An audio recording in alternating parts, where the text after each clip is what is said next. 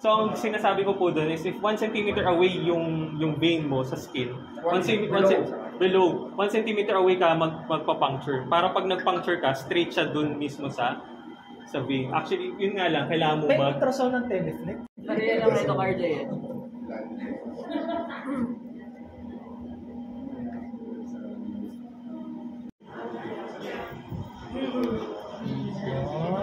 So, ang landmark mo dyan, yung bicipital groove, di ba?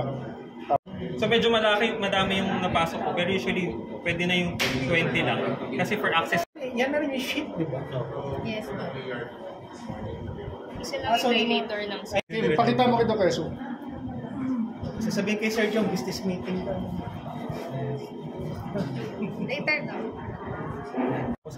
Sige, huwag mo na sirain. Ano ko na, wala na. Dilator lang yun. Galing ano? Self-injure technique pa rin. Yun nga lang, Dok, dapat nagpalit ako ng wire dito. Kasi mahaba. Sir, kaya...